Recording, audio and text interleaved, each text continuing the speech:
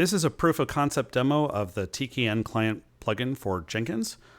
In this demo, I will showcase how you can use Jenkins as code with a Jenkins file to drive and orchestrate a Tecton pipeline defined in code, also known as pipelines as code.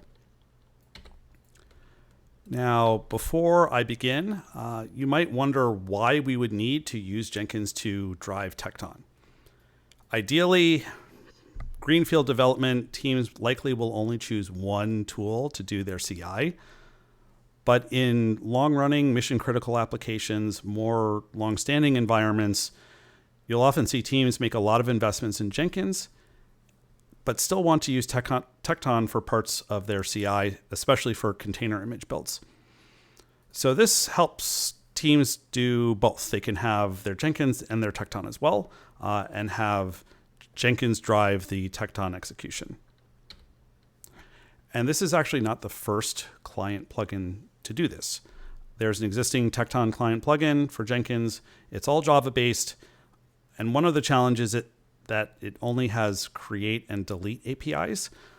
And this doesn't really align with what's being done today with the TKN command line, which gives you options not just to start pipelines, but you can also cancel pipelines. You can manage remote hubs where you can fetch tasks that are defined in remote locations and so forth. So what this demo does is it packages the Tecton CLI and brings it to you in a plugin that lets you manage it, as well as gives you a DSL for use in a Jenkins file. So on my cluster, to showcase this, I have Red Hat OpenShift pipelines installed. This is OpenShift service on AWS, also known as Rosa.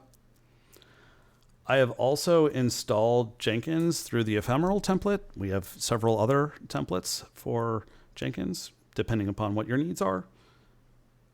And through that, I have a dashboard that I can log into through my OpenShift credentials.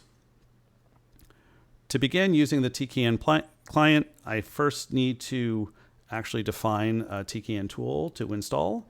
And so if you go into Manage Jenkins Tools, there's an option with a plugin called TKN command line where you can define it.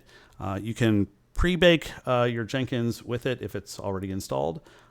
But one of the nifty things about the Jenkins tools is that you can actually have automatic installation. And so I've done that. I'm downloading the 0.32.0 release from GitHub. And so once I've done that, I then have to define my project to actually build the application.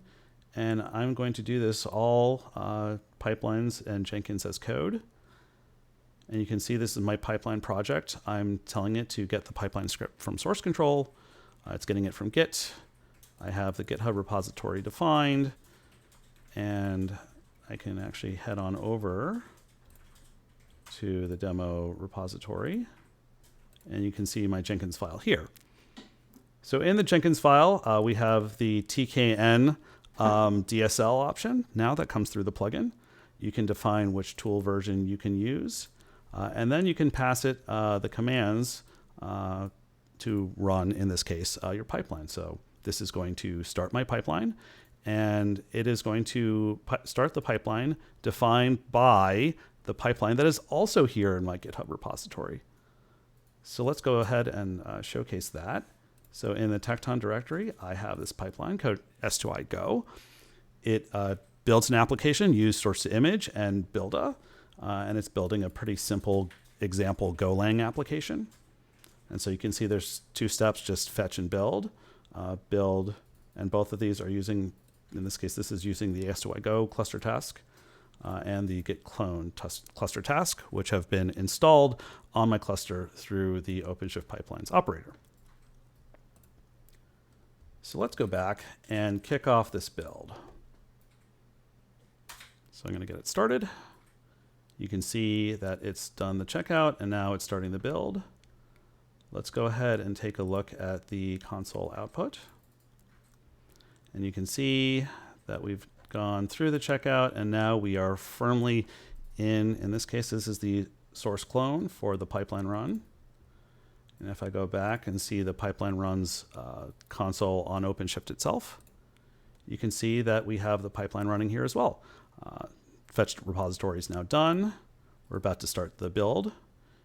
And you can see we're starting the pull for the build. And likewise here, we are seeing the pull steps for the build. You can see now that the build looks like it's almost done. It's finished. Writing manifest is going to be pushing the container image, in this case to the container image registry. And we have success here in Jenkins. And if we go over to the OpenShift console, we see that we have a successful pipeline run here as well. So in terms of what's next here, you've seen that we already have the integration with tools where we could do the automatic install and run arbitrary TKN commands. I would love to be able to have better DSL around the subcommands within TKN, particularly around pipeline run, task run. There's also a thing to add with it's called actions, and you can get these nice nifty pages on your your Jenkins console that can highlight, say, what commands were run, what the results were, and so forth. There's also, unfortunately, a few bugs in my current proof of concept. You can see there's these tools, pipeline DSL. It's not quite working right. And most importantly is that when the Tecton pipeline fails, you won't get a failed build in Jenkins. So we obviously need to fix that. The code is currently up on my GitHub. The demo is also there. It got a full README if you want to try it out yourself.